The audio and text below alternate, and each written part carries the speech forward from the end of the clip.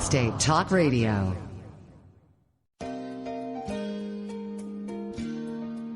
My Parents Open Carry, a pro-gun kids book from White Feather Press. 13-year-old Brenna and her parents spend their day in typical fashion. But what's not so typical is that Brenna's parents lawfully open carry handguns for self-defense. And the Strongs join a growing number of families who are standing up for their Second Amendment right and bringing gun ownership out of the closet. Order your copy of this unique kids book at myparentsopencarry.com.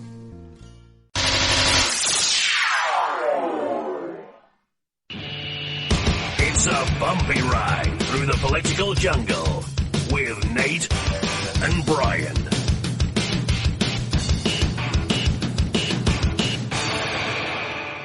Believe me, if I started murdering people, there'd be none of you left. What? The following message contains a special offer for listeners of this station. Are you a man over 40? Are you constantly looking for the nearest bathroom? Do you wake up multiple times a night to use the bathroom? Right now, Perfect Prostate is sending out free bottles of their groundbreaking new formula to listeners of this station. Perfect Prostate formula was developed by medical doctor Mitchell Fleischer, and its ingredients have been clinically studied to reduce your frequent nighttime bathroom visits and promote healthy urine flow. Right now, preferred customers get their first bottle of Perfect Prostate absolutely free. There's nothing to lose. Perfect Prostate is guaranteed to reduce that constant urge to use the bathroom, especially at night, and promote healthy urine flow. Don't wait. Call now for your free bottle. Just pay shipping and processing. Dial 1-800-680-9903. That's 1-800-680-9903. Supplies are limited. One free bottle per household. Call now. Dial 1-800-680-9903. That's 1-800-680-9903. Whenever I'm feeling a little down under, I can always count on Nate and Brian for their interesting perspective on topics important to freedom and civil rights by listening to the At Odds Show. Nate and Brian cover important topics with insight, intelligence, and of course humor. I can always expect a laugh or two. So if you want to be informed and have a great time, give these guys a listen.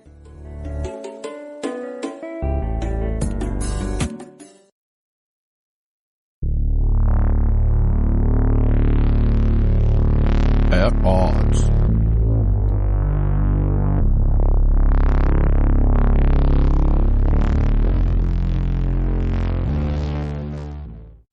Are you looking for some way cool t-shirts? Check out ChugDug.com. They have hundreds of crazy fun t-shirts like gun, patriotic, and you better believe zombie shirts. At ChugDug.com, you'll find quality shirts at a quality price. All shirts start at just $10 with free shipping over $50. Mention Radio 1 coupon code at checkout and grab a cool 10% off. That's ChugDug.com. T-shirts with attitude.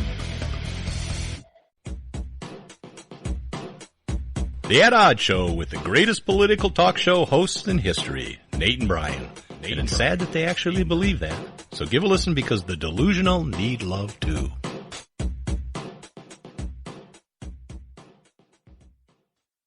I've owned my company for 14 years now, and I can tell you that payroll is a 4-letter word. I hate doing it. It eats up hours I don't have, and it costs me money I could be saving. But my accountant's too expensive. And I'm not sure who to call, but I know I need help. We're Paychex, and we take all the hassles out of small business payroll. We save you time and money. It's easy. Call, fax, or give us your payroll information securely online, and we take care of the rest. We calculate the correct taxes, manage payments and direct deposits. We even send out your checks. Payroll doesn't need to be a 4-letter word anymore. We're so sure that we can save you time and money that we'll give you a month's payroll free. Just for calling 877-887-4991. Get 1 month's payroll for free. Call Paychex right now. 877-887-4991. That's 877-887-4991.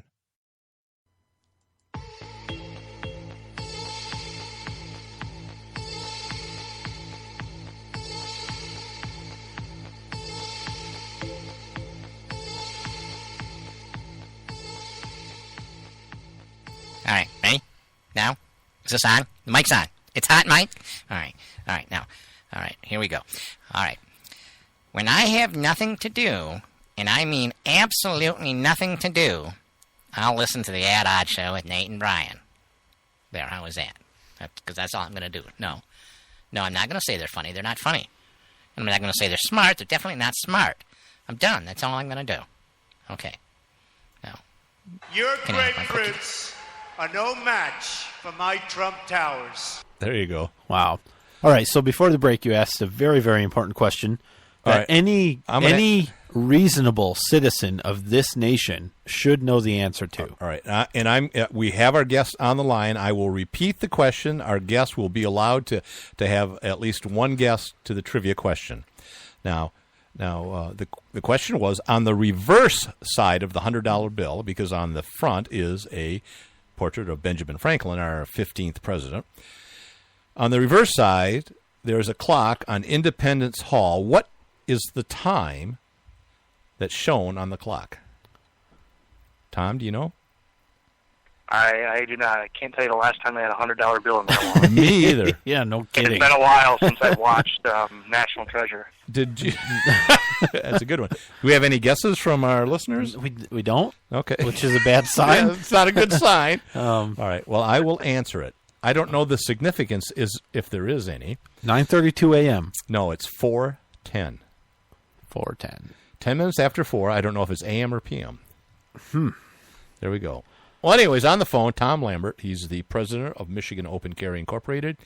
I would say he's a fairly strong proponent of the Second Amendment and the right to keep and bear arms. He's going to talk about... He's a strong beat. Yeah, he's going to talk a little bit about a lawsuit that Michigan Open Carry and Michigan gun owners together filed against an organization in Grand Rapids, and I'll let Tom take over and explain. Because you don't know. Because you don't know the name remember. of the place. Go ahead, Tom. Well, first, guys, thanks for having me on. And there are a lot of entities at play in this case, so sometimes it's hard to keep them straight. Basically, what happened is a couple months ago, back in March, Michigan Open Carry, Michigan gun owners, we got together to do a women's expo in Grand Rapids. And we looked online at the convention center, and they didn't have any policy. We looked at the entity that was putting the women's expo on. They're called the Kohler Expos. They also had no guns policy. In fact, they even later told us that they were completely fine with us. So, rented a booth from them, showed up. We were there for most of the first day. To be fair, not me personally, but our members were. There for most of the first day before a member of their security team came up and said, we have a policy, no guns, you either have to remove your firearms or leave. You don't guys leave, were we're going to call the police and you're going to be charged with trespassing. You guys were open carrying in your booths. That's how they knew, yeah. Obviously, Michigan Open Carry, definitely going to be open carrying. And in fact, even all the members of Michigan gun owners were also openly carrying. And so you would think that if firearms are a security hazard, that any openly carried firearm, let alone multiple of them, would be seen right away and properly dealt with, rather than left on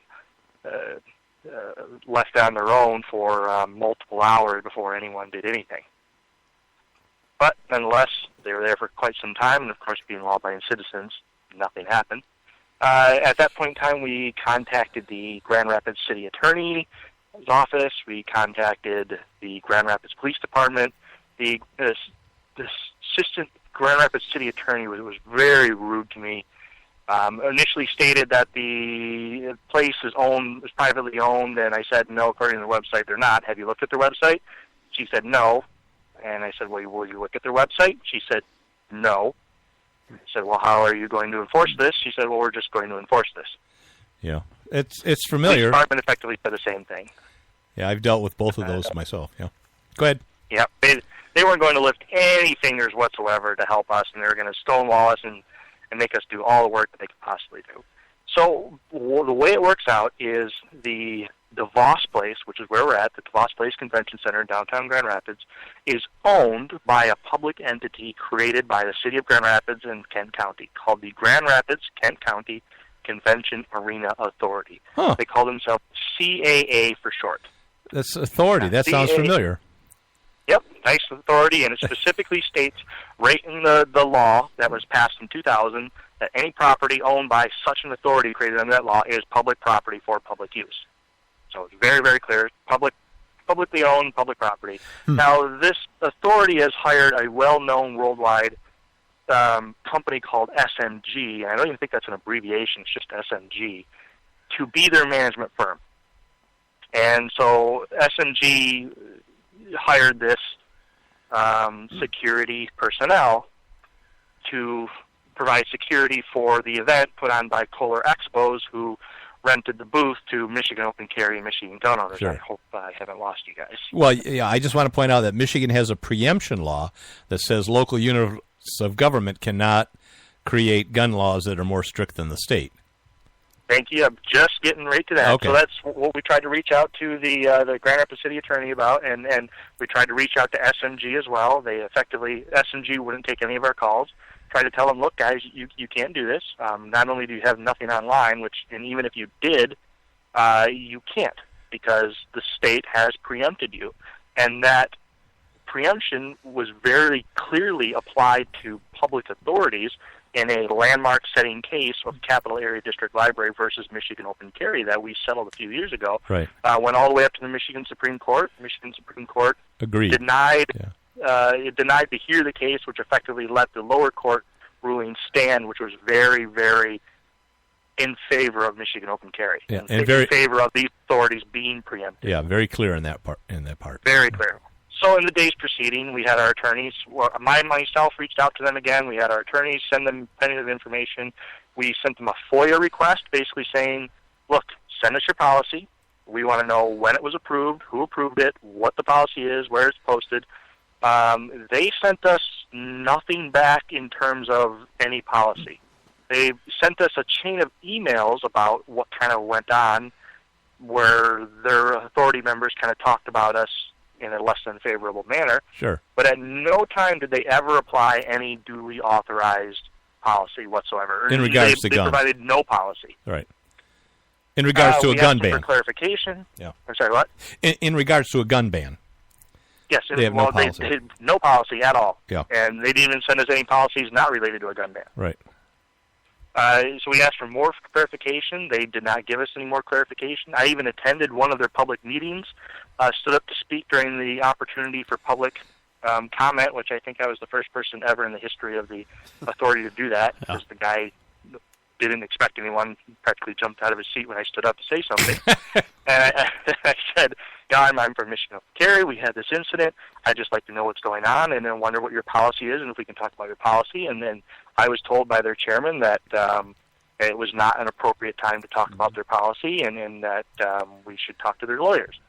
Now, I want you guys to really understand what's going on here, because I think the two of you will be very interested in it. We had a public authority made up of public officials that refused to talk about a public policy during a public meeting. Mm-hmm. Right. So, and not only that, they then later effectively provided nothing of value to us in a FOIA request.